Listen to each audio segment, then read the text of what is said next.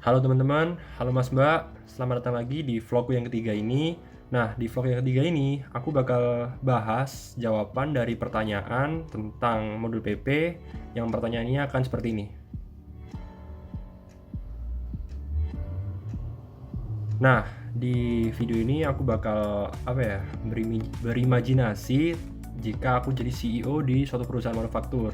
Nah, seperti apa? Langsung aja ke videonya. Oke, jadi inilah gambaran dari PT Rebahan. Ini adalah kantor utamanya. Eh, di sini aku pengen jelasin dulu kayak gambaran utama tentang PT Rebahan ini. Nah, PT Rebahan ini adalah PT atau perusahaan yang bergerak di bidang manufaktur, yang mana PT Rebahan ini akan menawarkan produk mereka berupa kasur. Nah, karena kasur ini adalah barang yang tidak cepat rusak atau tidak bisa basi, maka dari itu perusahaan ini menerapkan make to stock, yaitu MTS. Nah, info yang penting lagi tentang PT Rebahan ini adalah perusahaan ini telah menerapkan SAP dalam proses bisnis mereka. Lanjut ke apa yang mereka buat. Nah, PT Rebahan ini membuat atau memproduksi beberapa jenis kasur.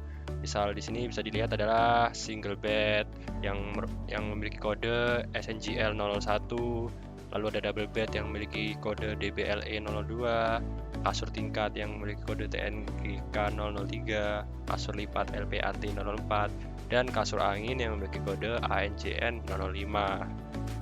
Lalu selanjutnya ada contoh bill of material yang multi level BOM. Di sini aku ambil contoh satu produknya yaitu single bed.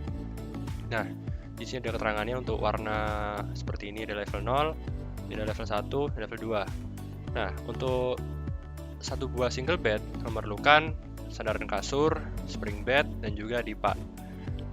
Sandaran kasur sendiri memiliki atau membutuhkan kulit sintetis satu buah dan busa satu buah. Lalu untuk spring bednya busa juga satu buah dan juga begas 10 buah. Lalu untuk dipan memerlukan kulit sintetis satu buah dan juga kayu 4 buah. Nah, jadi itulah gambaran dari bill of material single bed. Nah, pada bulan ini, bulan Mei, PT Rebahan ini mendapatkan order single bed sejumlah 500 unit oleh PT Maju Abadi sebagai customer. Nah, pesanan ini harus dipenuhi pada bulan Agustus 2020. Nah, nanti ceritanya PT Rebahan ini bakalan beli materialnya ke PT Restock. Gimana? Langsung aja ke pertanyaannya. Pertanyaan yang pertama. Nah, aku pengen nunjukin dulu struktur organisasi PT Rebahan. Ini adalah perusahaannya, PT Rebahan, yang mana memiliki kantor cabang di Surabaya dan juga di Jakarta. Lalu mereka memiliki pabrik. Pabrik yang di Surabaya ada di Kenjeran, pabrik yang di Jakarta ada di Tanah Abang. Pabrik ini juga bisa disebut sebagai work center. Nah, lalu ada storage location-nya atau warehouse, yang mana ini adalah tempat untuk menyimpan bahan-bahan mentah atau material yang belum jadi. Dan lalu ada storage location untuk menyimpan produk-produk yang sudah diproduksi atau kasur yang siap untuk dikirim ke customer PT Rebahan. Lanjut ke PP Master Data. Di sini ada material master yang view-nya yaitu MRP3 dan juga forecasting. Lalu ada bill of material. Ini ada single level bill of material dan juga multi level bill of material yang udah aku tunjukin sebelumnya. Lalu juga ada work center yang mana berperan sebagai tempat perakitan, pemaketan, dan inspeksi produk. Lalu routing yang untuk mengatur operasi, penggunaan bahan, dan juga penggunaan work center. Lalu ada product group, yang mana ini ada pengelompokan produk-produk dari PT Rebahan, semisal kasur yang berbahan atau yang memiliki material kapuk, lalu kasur dengan material spring bed, dan juga kasur dengan material memory foam, contohnya seperti itu. Nah, di sini aku mau jelasin tentang proses SAP, khususnya modul PP yang ada di PT Rebahan. Nah, untuk yang pertama ini ada forecasting. Forecasting ini yaitu peramalan customer demand atau permintaan pelanggan di masa yang akan datang. Nah, forecasting ini dilakukan secara otomatis oleh sistem. Lalu ada SOP, Sales Operation Planning. Jadi PT Rebahan ini merencanakan produksi barang dan pemenuhan customer demand. PT Rebahan ini juga membuat dokumen SOP berdasarkan forecasting. Lalu selanjutnya memasukkan dokumen SOP tadi ke demand management, yaitu lebih dispesifikkan untuk dapat menampilkan data yang lebih detail, seperti menguraikan detail produksi pada masing-masing bulan menjadi per minggu dan harian, berdasarkan customer independent requirements. Nah, demand management ini juga berdasarkan dari independent requirement planning. Lalu, setelah dokumen SOP tadi sudah dibuat dan sudah dimasukkan ke demand management, maka selanjutnya PT Rebahan ini dapat mengatur jumlah produksi barang dalam bulan pertama dan juga bulan kedua. Karena diketahui juga bahwa produksi ini ada 2 fase atau 2 kali, yaitu pada bulan Juni dan juga pada bulan Juli 2020. Nah, pengaturan jadwal ini dapat dibantu dengan MPS dan juga dibantu MPS berdasarkan SOP. Nah, namun sebelum PT Rebahan bisa memproduksi kasur, PT Rebahan ini melakukan material requirement planning untuk dapat melakukan pembelian material ke PT Restock.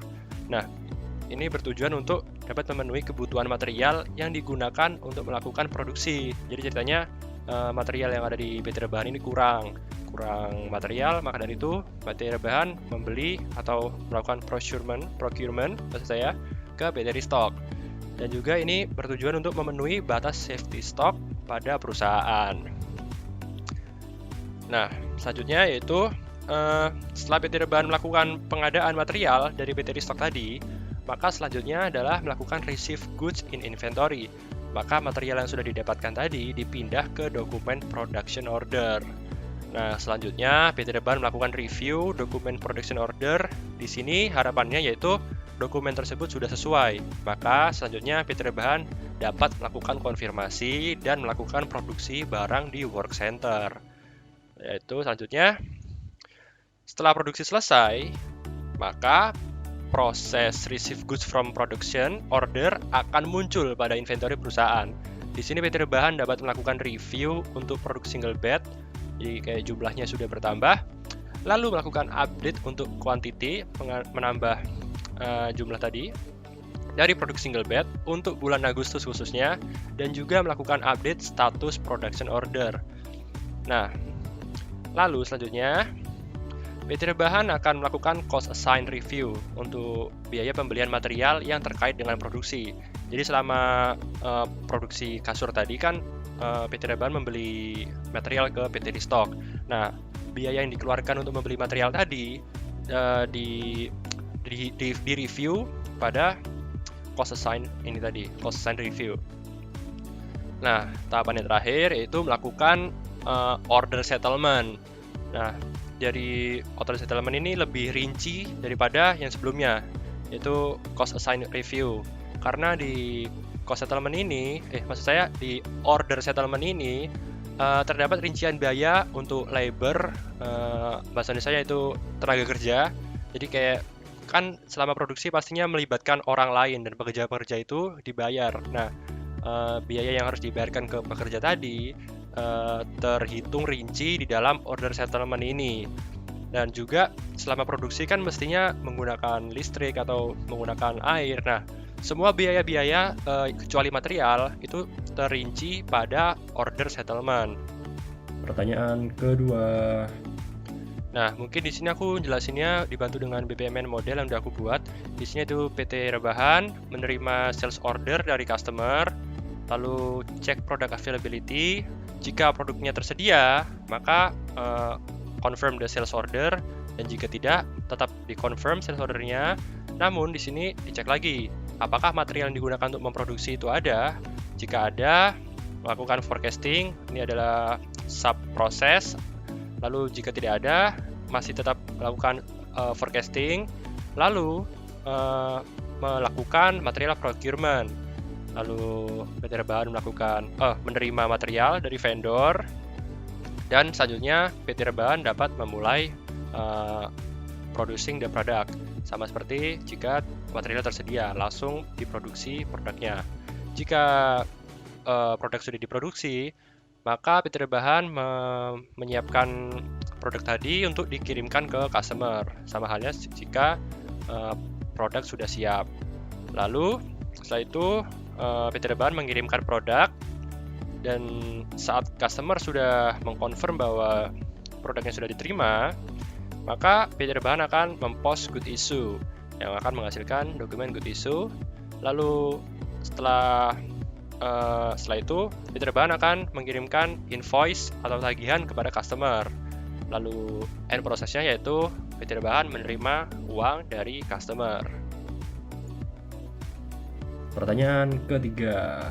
Nah, modul yang digunakan di PT Rebahan adalah modul PP, modul MM, modul SD, modul CO, dan juga modul FI. Nah, modul PP kan udah pasti digunakan nih, karena emang topiknya adalah modul PP. Nah, untuk penjelasan dari modul MM, ini digunakan PT Rebahan untuk melakukan material procurement, karena material yang akan digunakan untuk produksi tadi kan nggak cukup. Nah, terus tadi kan PT Rebahannya juga melakukan pembelian material ke PT Restock. Nah, dengan modul MM ini membantu PT Rebahan untuk membeli material ke vendor. Nah, untuk modul SD sendiri digunakan PT Rebahan untuk melakukan pengelolaan data pemesanan produk dari customer sampai dengan pengiriman. Modul CO digunakan untuk melakukan pendataan budgeting dan juga controlling saat melakukan produksi. Modul FI digunakan untuk melakukan pembukuan tentang semua transaksi yang dilakukan oleh perusahaan PT Rebahan. Nah, terima kasih udah nonton videoku tentang modul PP tadi. Aku tetap doain kalian yang nonton ini sehat dan jauh-jauh dari kata sakit, dan selalu diberi perlindungan dari Tuhan Yang Maha Esa. Terima kasih.